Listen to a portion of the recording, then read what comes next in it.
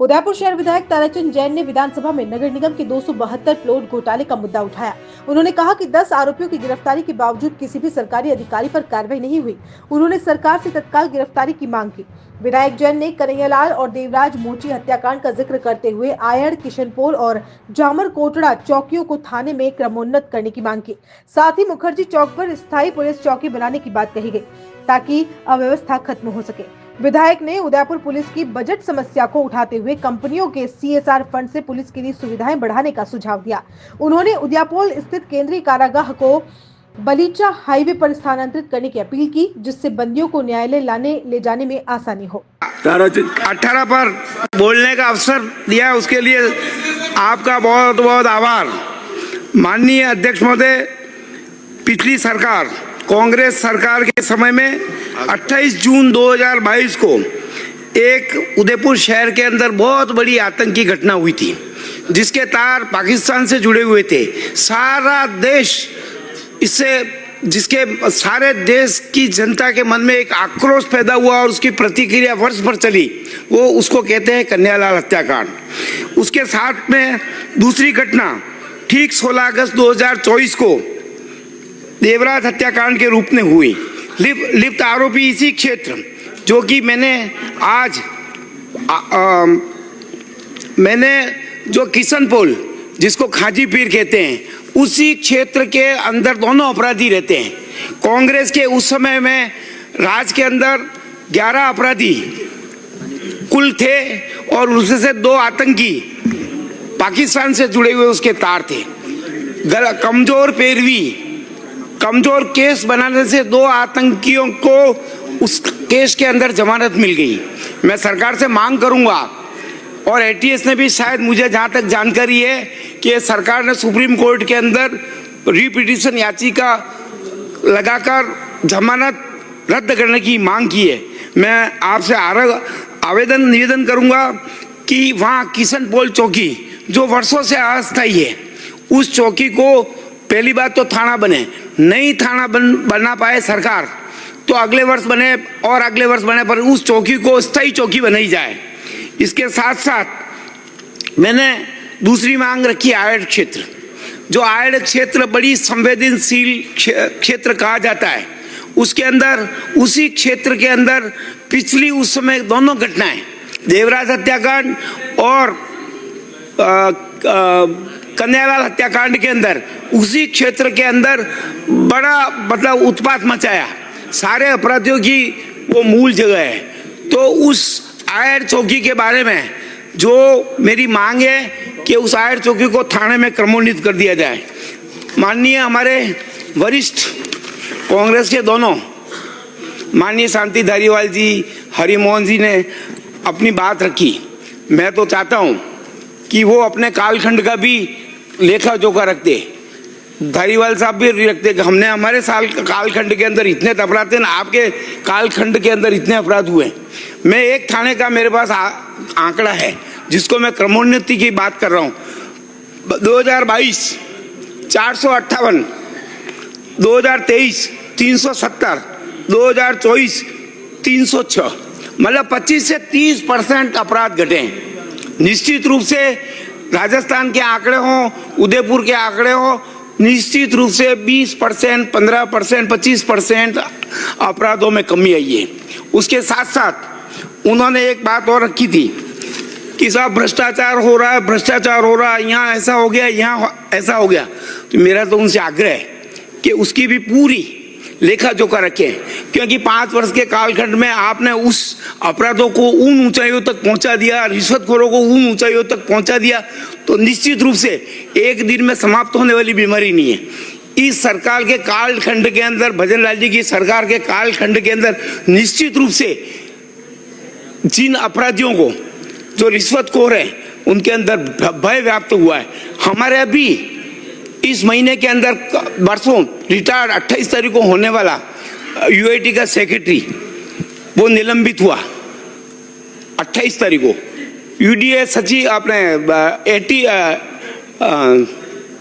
ATP वो suspend हुआ और कुछ दिनों में जेल जाएंगे। नगर परिषद के अंदर हम देख रहे हैं कि 272 प्लॉट का कांग्रेस टाइम के अंदर मुख्यमंत्री जी के से कांग्रेस के लोग कई बार गए, पर उन्होंने देखा कि अंगुली हमारी ओर आएगी, उस फाइल को दफन कर दिया। मैंने पहली विधानसभा में पिछले सत्र के अंदर उसको ध्यानाकर्षण प्रस्ताव में रखा और उसके बाद 49 प्लॉट जिसकी कीमत करोड़ों में थी वो प्लॉट निरस्त किए, जिसकी कीमत 100-200 करोड़ है। लेकिन मैं अपनी सरकार से ही मांग करूंगा कि 10 लोग पिछले कई महीनों से जेल में हैं जिन्होंने प्लॉट खरीदे, जिनके संबंध थे उन प्लॉटों से, लेकिन एक भी सरकारी अधिकारी अभी तक गिरफ्तार नहीं हुआ है। आपने समय दिया था 31 दिसंबर का, लेकिन फिर 2 महीने गुजर गए हैं। मैंने अधिकारियों को कहा तो उन्होंने कहा साहब हमारे अधिकारी अभी तक गिरफ्तार नहीं हुआ है। तो निश्चित रूप से मेरा सरकार से आग्रह है कि जो आयर चौकी है उसको थाने में क्रमोन्नत किया जाए। उसके साथ साथ मुखर्जी चौक जो पुराने शहर का भाग है, उस मुखर्जी चौक के चारों तरफ जिसको कहते हैं कि चूड़ीकरों की मस्जिद, कूंजड़वाड़ा, इधर सब्जी मंडी, 15 साल पहले पुलिस चौकी वहाँ मैं उस समय पार्टी का जिला अध्यक्ष था, उस समय बनाई और जैसे ही कांग्रेस का राज आ गया डब्बे डब्बी सब गायब।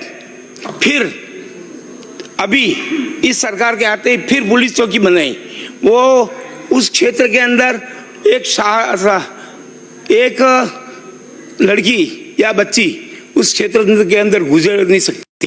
सारे टेम्पो वाले समाज विशेष के लाकर खड़ी कर देते हैं और हालत ये होती है कि आज वहाँ दुकानें खाली होने लगी है, घर खाली हो रहे हैं, कोई लेने वाला नहीं है।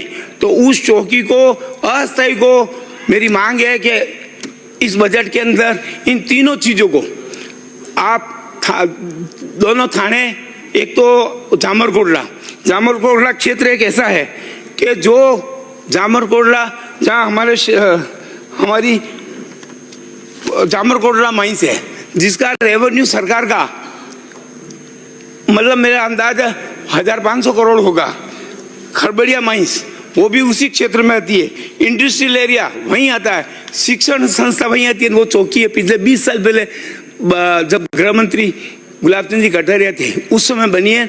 उस चौकी को भी थाने के अंदर क्रमोन्नत किया जाए, क्योंकि कांग्रेस आज मैं ये विश्वासपूर्वक कह सकता हूँ कि एक थाना और एक चौकी उदयपुर शहर या उसके आसपास बनाया नहीं है। तो पिछले कई वर्षों की इन मांगों के बारे में मेरा सरकार से आग्रह है कि इनको घोषित की जाए। अपराध के अंदर मेरे पास ये आंकड़ा है, मैं एक थाने की जिसकी मांग करने आया हूँ उसके अंदर कांग्रेस के टाइम में 2022 में 458, 23 के अंदर 370 और आज 306, यानी कि 33% अपराध कम हुए एक ही थाने का है। तो ये सारे राजस्थान का आंकड़ा है और मेरा पुनः निवेदन है कि इन सब अपराधों के अंदर कमी लाने का उपाय यही हो कि इन थानों की घोषणा की जाए। उसके साथ साथ मेरी सरकार से मांग है कि पुलिस